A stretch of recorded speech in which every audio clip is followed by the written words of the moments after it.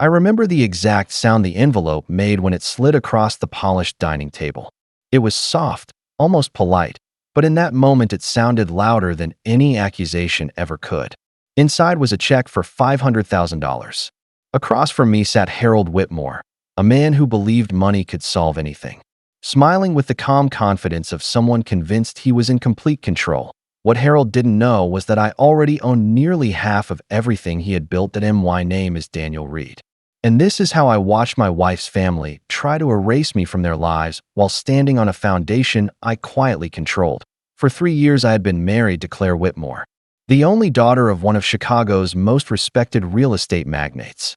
For those same 3 years, I allowed her parents to believe I was nothing more than a modest financial analyst with limited ambition. A man who somehow convinced their daughter to accept a smaller life. That illusion was deliberate. The truth was that through a private investment structure, I controlled 46% of Whitmore Properties Group. Enough to decide board votes. Enough to end careers. Enough to dismantle Harold's authority with a single phone call. But I never did. I waited. I watched. I wanted to know who these people truly were when they thought no one important was watching. The invitation to dinner came midweek. Claire showed me the message from her mother, Eleanor. Formal, precise, urgent.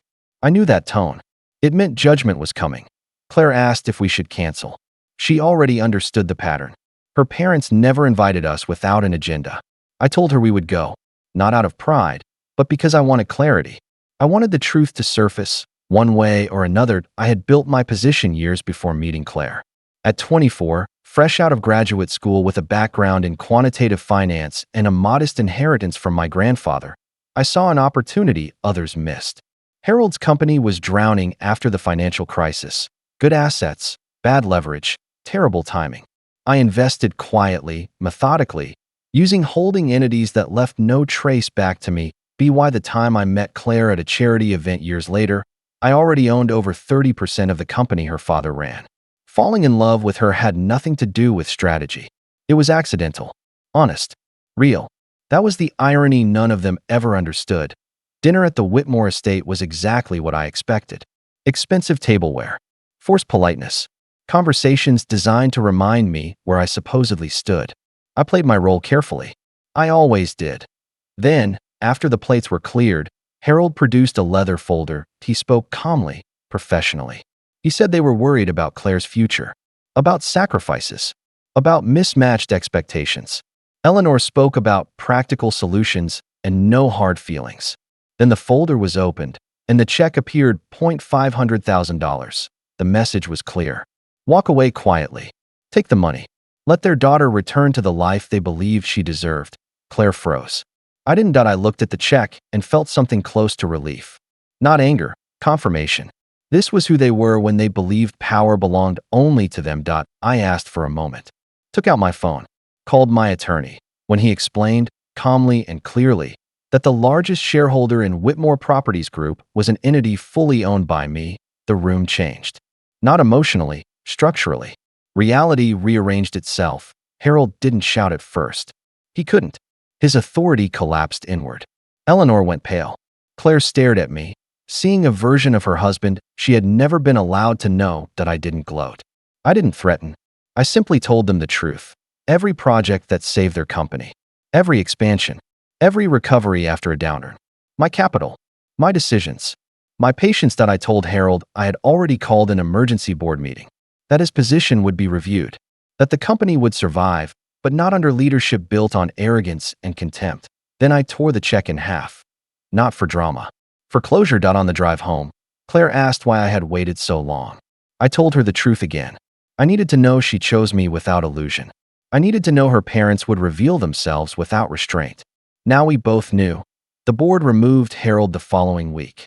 Professionally, legally, quietly. Months later, apologies came. Slowly, carefully. Some sincere, some driven by fear. We allowed conversation, but only on our terms. We stayed in our apartment. Kept our life simple. Expanded Claire's nonprofit work. Funded scholarships. Built something useful. I never wanted revenge. I wanted perspective. That dinner didn't teach me the value of power. It taught me the value of restraint. Of waiting. of letting people show you who they are before you decide who you will be to them. I was underestimated for years. And I let it happen. Because sometimes, being invisible is the strongest position in the room. And when the truth finally arrives, it doesn't need to shout. It just needs to exist. That was enough. The days after that dinner passed strangely fast and unbearably slow at the same time. News moved through boardrooms quicker than emotions moved through families. I spent hours on calls with lawyers, consultants, and executives, explaining decisions that I had mentally prepared years ago but never expected to execute under such circumstances. Claire watched all of this quietly, absorbing the reality that her husband had never been the man her parents imagined, nor the man she herself fully understood until now. The board meeting itself was clinical. No shouting, no accusations, just numbers, voting rights, and cold logic. Harold tried to speak about loyalty, about history, about what he had built with his own hands. But business does not respect nostalgia. It respects results. And the results were clear. The company had survived despite his leadership, not because of it. When the vote passed, I felt no triumph, only finality.